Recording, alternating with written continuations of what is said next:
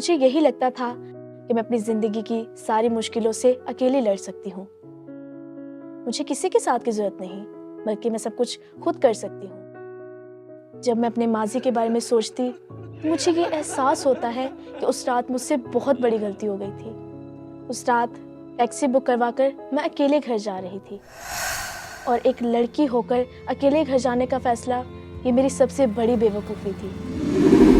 मुझे चाहिए था कि मैं घर से किसी को कॉल करके बुलाऊं ताकि वो मुझे आकर पिक करे, और उस एक गलती की वजह से मुझे अंदाज़ा भी नहीं था कि मेरे साथ क्या क्या हो सकता था। और सुकून गाड़ी में बैठी हुई थी, लगा नहीं था कि मैं एक बहुत बड़ी मुश्किल में पड़ जाऊंगी।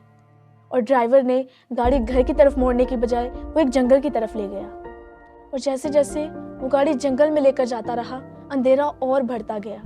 वो जगह इतनी सुनसान थी कि मुझे अपनी खुद की धड़कनें तक सुनाई दे रही थी, और एक तरफ वो ड्राइवर मेरी किसी बात का जवाब नहीं दे रहा था। मैं बहुत डर गई थी।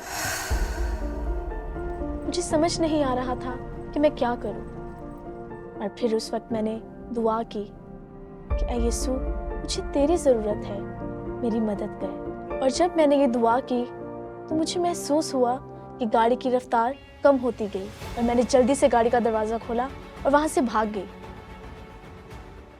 उस रात कुछ भी हो सकता था, वो मुझे नुकसान पहुंचाना चाहता था, लेकिन मैं किसी तरह वहाँ से भागने में कामयाब हो गई। और ये मेरी ज़िंदगी का सबसे बड़ा मौजज़ा है। और मुझे एक रोशनी दिखाई दी, और मैं उस रोशनी की तरफ भागी जो जंगल से शहर की तरफ जाती थी। और मुझे यकीन है कि उस रात खुदा ने ही मुझे बचाया।